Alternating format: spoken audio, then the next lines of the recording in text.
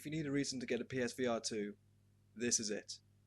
Okay, don't worry, this isn't from the same session from last time. I just took a shower from work, and I just had to rush and get this done because I have energy. Somehow. So the whole reason I wanted to get a PSVR 2 in the first place was to play Horizon Call of the Mountain. And yes, these are based on these Horizon games with Aloy, who, if you didn't know, is voiced by Ashley Birch. You know, Chloe from Life is Strange, Cassie Cage from Mortal Kombat X. Nothing? Uncultured swines. Speaking of Aloy, she's not the main character in this one. So instead, you play as Reyes. Obviously you don't get to see his face because it's supposed to be you, for lack of a better term. So this is a dude who was taken prisoner as a shadow carja, which is basically, I think for reference's sake, like the Illuminati. But I won't get into the lore right now, it's not important. I've got another video lined up for that though. So yeah, as you're getting boated along, you of course see all the machines in the game. You see all your watches, you get to see some glint hawks, and of course, the big fella, tall neck. How cool is that? But it wasn't to be. Shortly after the watchers see you on the lake, it gets tipped by a snap maul. That's a crocodile. Or an alligator. I don't know which. Then it's your job to get the hell out of Dodge. And this is just the opening 10 minutes of the game. And as I was playing the demo, this was the whole reason I wanted to play the game all the way through. And thankfully, I have. So now I get to share with you my experience with this bomb-ass game. As the name suggests, there's a lot of climbing involved in this game, and there's a lot of ways to do this. First of all is the good old-fashioned way with just, using your hands. This alone is a really immersive experience, and it's very intuitive because all you really need are the inside grip buttons and the triggers to, climb and do shit with your hands. Later on in the game, you get to craft pickaxes. Yes, I did say craft, I'll get into that soon.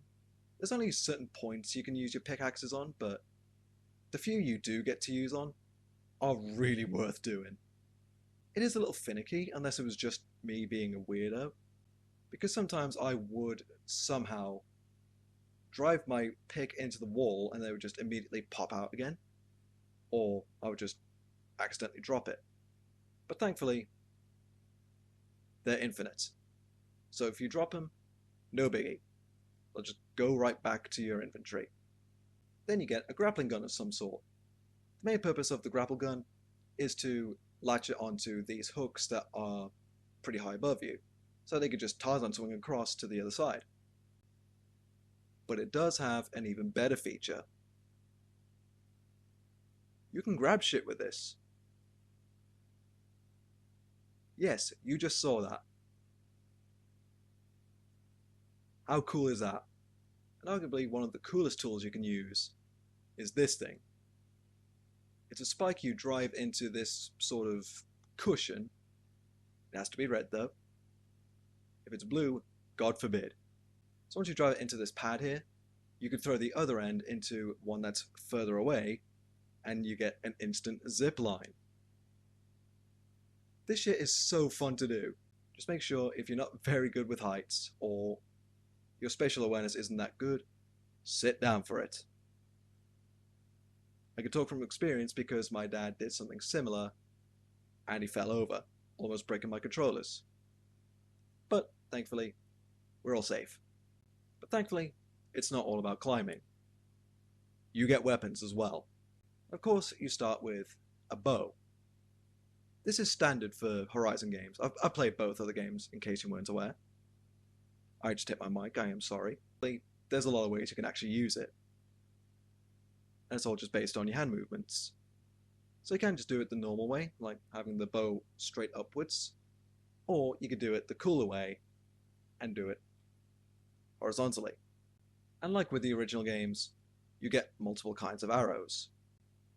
For reference's sake, we have fire arrows, electric arrows, piercing arrows, explosive arrows to a point, and of course, just your regulars. How did I not say that one first? So why do you need so many types of arrows? Because there's so many types of machines that have a weakness to each one. It's really just like Pokemon.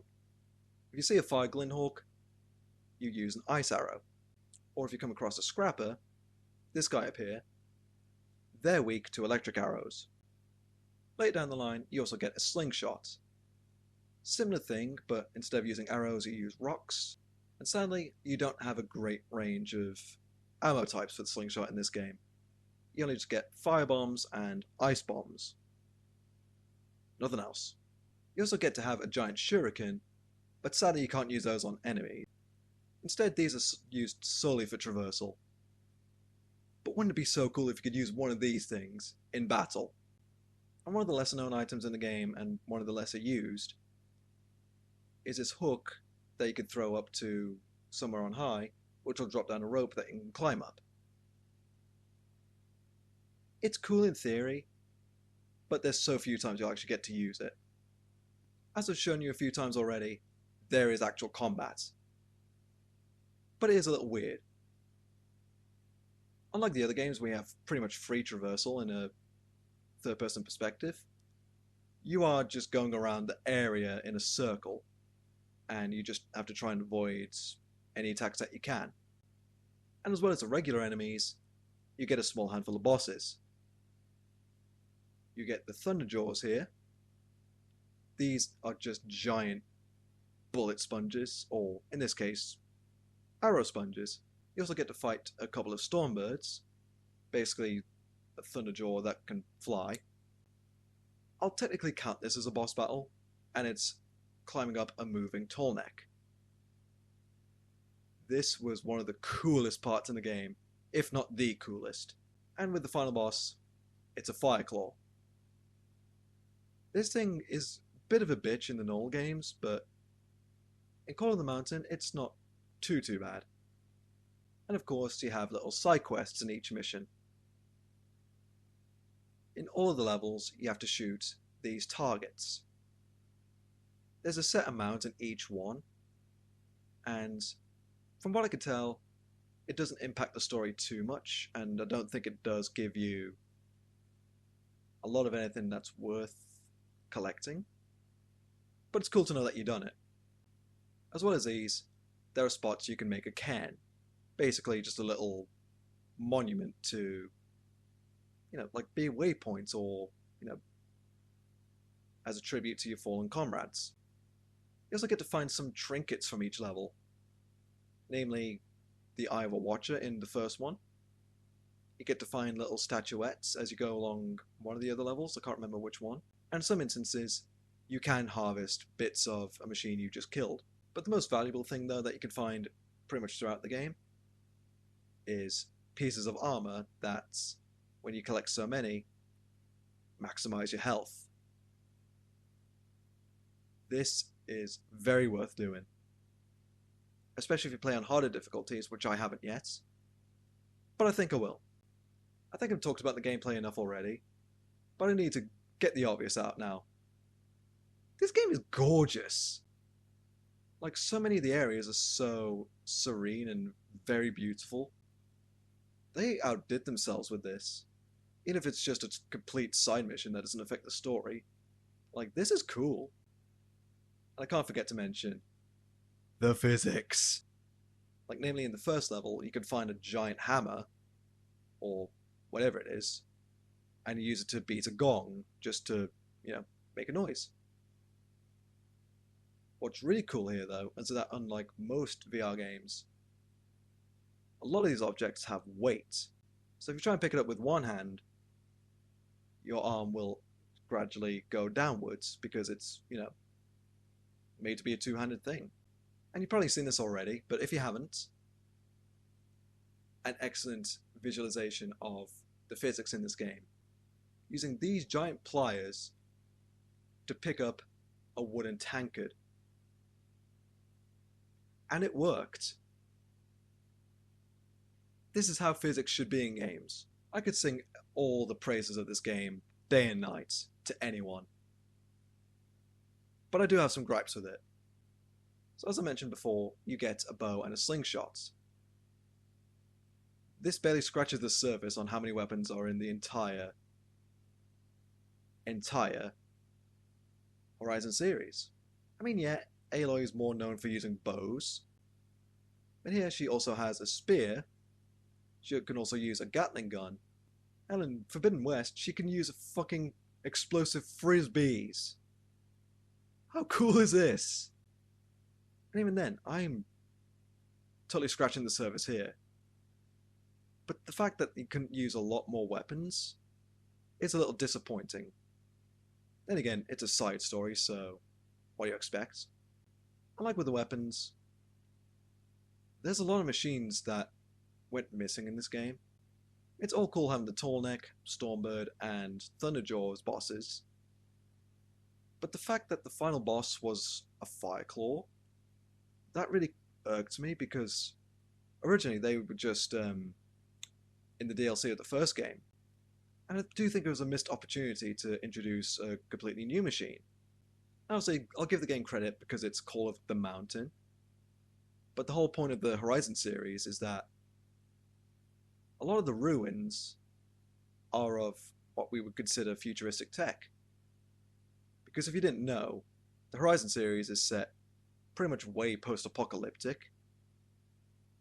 So the fact that they didn't really go into like all the labs and stuff in this game, I did feel a little gypped by that, but what do I know? If they ever make a sequel to this, I would like to see that. Hell, I'd even love to see you being able to handle a spear. And I would like to try and get rid of the arena sort of fighting style in the game. I suppose it would give you vertigo if you weren't accustomed to it, but I would like the freedom nonetheless. I think that'd be even more immersive than just, strafing around a circle and ducking or, trying to jump over things. Of course, having like all the big weapons is cool, but another big thing about the regular games is being able to set traps. So you could set like landmines, you could set electric mines, fire ones, whatever. That would be really cool, and it'll sort of become more like a survival game than, Rock Climbing Simulator 2024. Even with all these problems, this game is an absolutely solid 9 out of 10. If you need a reason to get a PSVR 2, make this your reason. Not Arashi. I'm very into VR, so any recommendations, please leave in the comments and I'll consider it. So this has been Brothers Dooman, and I'll see you later.